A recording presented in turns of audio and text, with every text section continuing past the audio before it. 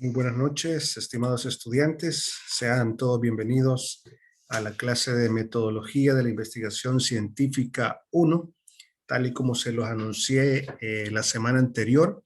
En esta tarde, pues, tendremos lo que sería una clase asincrónica, es decir, que ustedes podrán revisarla no en tiempo real, sino en tiempo diferido. Comentarles que para la presente semana, en el apartado de su aula virtual van a encontrar lo que es pues básicamente el archivo que están viendo acá proyectado y que tiene que ver con el tema técnicas de redacción. Y de hecho ahí se plantea una pregunta que dice, ¿te atreves a escribir? Quiero comentarles que, como bien es sabido de parte de ustedes, uno de los productos, digamos, o de las tareas a entregar, pues será precisamente el anteproyecto de investigación. Y en este momento estamos construyendo lo que es el perfil de investigación que he estado asesorándoles desde la semana pasada y días anteriores. Yo creo que esta clase precisamente va a servir para poder mejorar precisamente la redacción de los documentos. En primer lugar, pues tenemos que plantearnos una pregunta que tiene que ver sobre qué es la redacción. Bueno, diremos en primer lugar que es el arte de combinar correctamente las palabras en forma escrita a fin de transmitir un mensaje cuyo contenido puede tener infinitos temas y propósitos. Entonces, hay que tomar en cuenta que cuando estamos hablando de redacción estamos hablando de el arte, pero no de cualquier arte, sino del arte de combinar correctamente las palabras en forma escrita. Avanzando en nuestra presentación, diremos también que la redacción es la parte esencial de la escritura. También se trata de todo acto de escritura implica redacción, siempre y cuando se armen oraciones e ideas con las palabras o símbolos.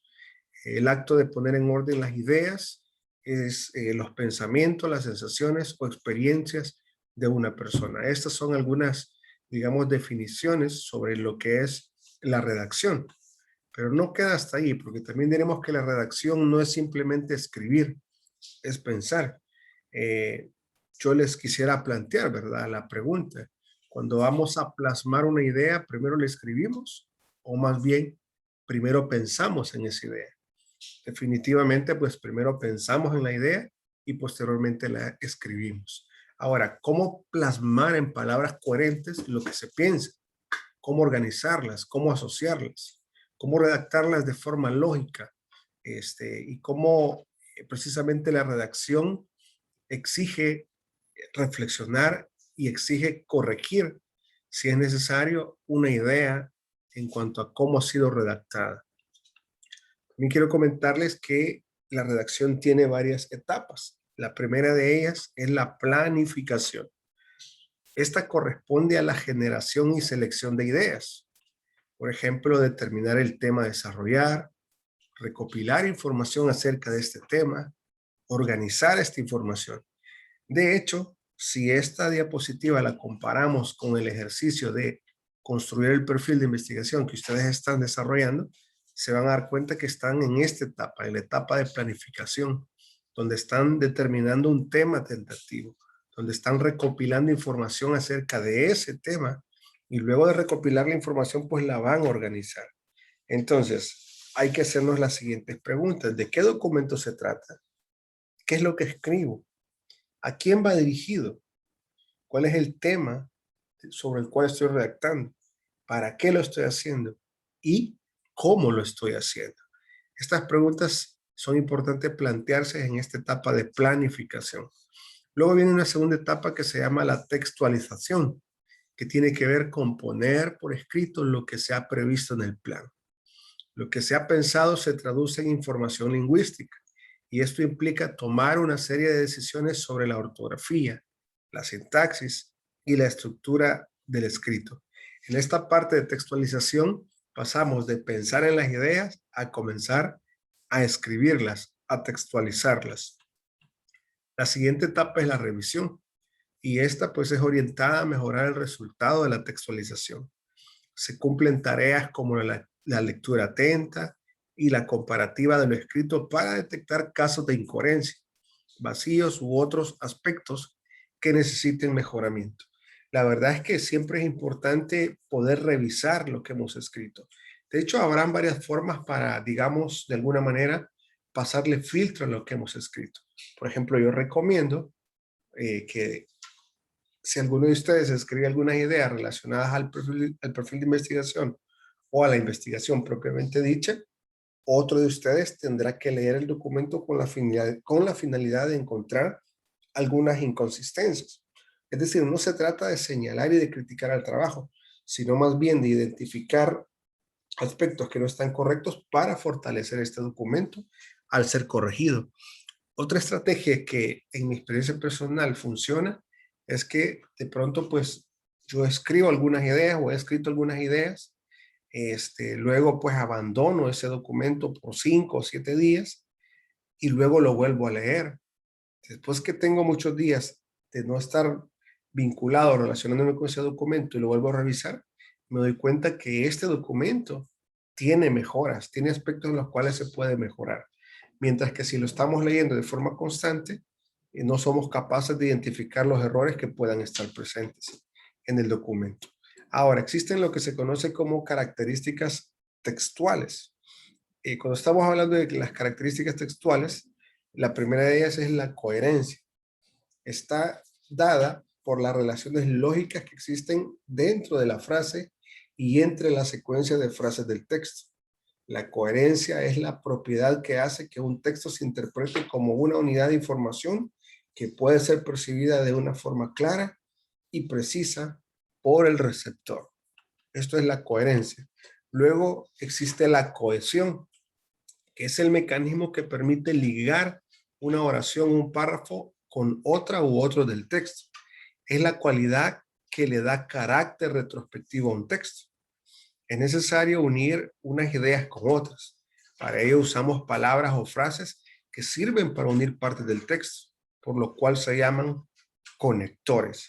Entonces, en la cohesión o al interior de la cohesión, vamos a utilizar los conectores para darle sentido a las palabras. A continuación, pues algunos ejemplos de los tipos de conectores. Para indicar sucesión de hechos, pasos o etapas, podríamos utilizar al principio, luego, a continuación, por último, etcétera. Y aquí vemos unos ejemplos de cómo poder utilizarlos a la hora que estamos escribiendo o redactando un documento científico. Primero se endulza el agua, luego se añade limón. Fue fácil responder al examen. Primero resolví las preguntas de gramática, después hice los ejercicios de ortografía y finalmente escribí la composición que se me indicaba. Los conectores clave son primero, luego, después y finalmente. Y podemos verlas en letra de otro color. Luego, pues para indicar alguna limitación en relación a lo que ya se ha dicho, podemos utilizar pero, no obstante, todo, sin embargo, etcétera. Ejemplos. Nos han dado permiso para jugar, pero antes debemos de estudiar.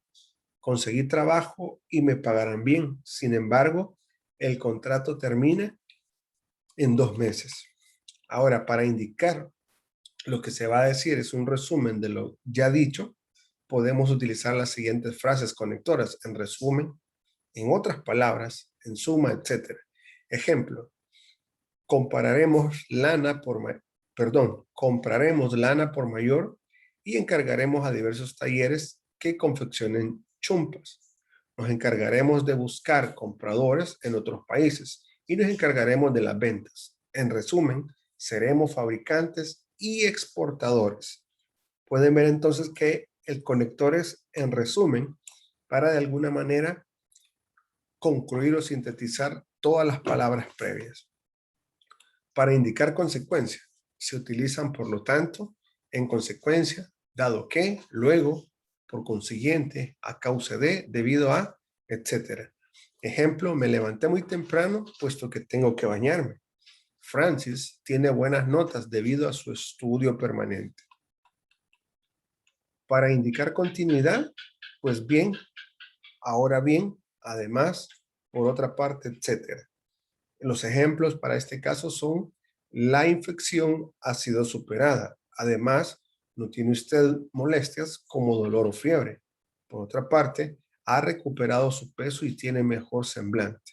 Pues bien, creo que no necesita permanecer más en el hospital. En cuanto al tiempo, los conectores pueden ser después, más tarde, antes, seguidamente, entre tanto, posteriormente, ahora, luego. En cuanto a ampliación, los ejemplos podrían ser en otras palabras, es decir, en cuanto a comparación, podemos utilizar tanto como, del mismo modo, igualmente, de la misma manera, asimismo, de igual modo. Las que indican continuidad podrían ser, pues bien, ahora bien, además, por otra parte, como decíamos. Los conectores para hacer énfasis en algunas ideas pueden ser, sobre todo, ciertamente, lo que es peor. Para resumir o para finalizar. Finalmente, en suma, en conclusión, para terminar, para concluir. En lo relacionado al orden, primero, segundo, siguiente, luego, a continuación, seguidamente, en primer lugar, por último, aún, al final, al principio, al inicio, pronto. Para la adición se puede utilizar y, también, además, más, aún, por otra parte, sobre otro aspecto. Vemos que es muy interesante. Para la corrección plantea que los textos deben estar bien escritos, respetando las reglas ortográficas y gramaticales. Ahora vamos a revisar las características de la buena redacción. La primera característica es la precisión. Implica el uso de datos específicos y léxico con el sentido apropiado o concreto. Por lo tanto, no es conveniente la utilización de vocablos vagos, imprecisos, aplicables a todo. Ejemplos. Sustitución. Esta historia tiene algo trágico, cuando en realidad debería de ser, esta historia tiene un argumento trágico. Supresión. Esto es algo sospechoso. Por esto es sospechoso, es decir, vas directamente a la idea. Segundo es la claridad. Significa que lo expresado no ofrece duda ni confusión al lector. Usar palabras de dominio general, pero sin recurrir a lo vulgar. Evitar los regionalismos y vulgarismos. Por ejemplo, plata, por hacer referencia a dinero. O chibolo, haciendo referencia al muchacho o niño. En este caso, pues, si estamos estudiando a los adolescentes, será a los adolescentes como se nombre. No tendrá que ser los muchachos, los jovencitos, ni nada por el estilo. Usar las palabras de idioma extranjero en casos extremos. Por ejemplo, cuando no exista la traducción exacta de esa palabra en castellano. Eludir tecnicismos, salvo en escritos especializados. Ahí sí se puede hacer. Por ejemplo, la cefalalgia, que significa el dolor de cabeza. En el caso de ustedes que van a escribir un anteproyecto sobre temas de la salud, sí pueden utilizar precisamente pues estos escritos especializados. De hecho, yo observé que en algunos temas de ustedes ya lo utilizan. Recuerdo en este momento que algunos, más de algún grupo, por ejemplo, hablaba de estudiar la comorbilidad o la morbilidad, es decir, la presencia de otras enfermedades. O también hablaban de estrés post-trauma, no, de depresión me parece que eran, bueno, y temas, frases muy técnicas. Entonces, en ese sentido, para ustedes sí aplicaría el poder utilizar escritos especializados. Ahora, no emplear palabras cuyo significado no figura en el diccionario, por ejemplo, revista o advenedizo, en este caso. Concisión, número 3. Consiste en emplear justamente las palabras necesarias para expresar nuestras ideas. Yo recuerdo que en mis inicios yo daba una gran cantidad de vueltas para intentar expresar una idea porque yo creía que hacerlo de esa manera sonaba interesante, sonaba profesional y sonaba científico, pero en realidad estaba redundando sin decir nada. En integridad es transmitir toda la información necesaria de forma honesta. Y estos son los elementos precisamente que están relacionados con las características de la buena redacción: la precisión, la claridad, la concisión y la integridad. Para finalizar, les presento acá un mapa conceptual sobre la importancia de la redacción. Por ejemplo, sobre la importancia de la redacción, significa compilar ideas para plasmarlo por escrito. La redacción también permite efectividad a través de connotación de palabras, es decir, sentimientos asociados con las palabras. Esto también genera construcción de ensayos, narraciones, poesías, literatura, gramática. Y de este modo se fortalece la expresión oral escrita, la lingüística, las destrezas escritural y la destreza comunicativa. Hasta aquí llego en mi presentación. Si tienen dudas, pues pueden aprovechar para escribir al foro de consulta, que este foro pues específicamente está habilitado para que ustedes puedan hacer ya sea sus consultas sobre el tema o también aportes a lo que hemos hablado hoy sobre la redacción. Muchísimas gracias. Les invito a que por favor puedan resolver la actividad que está precisamente en el aula virtual de la presente semana. Una vez ustedes completen la actividad, pues estaremos listos para dar por cerrado, digamos, esta clase. Finalizo diciéndoles que he habilitado una carpeta en la cual ustedes pueden hacer una preentrega de su perfil.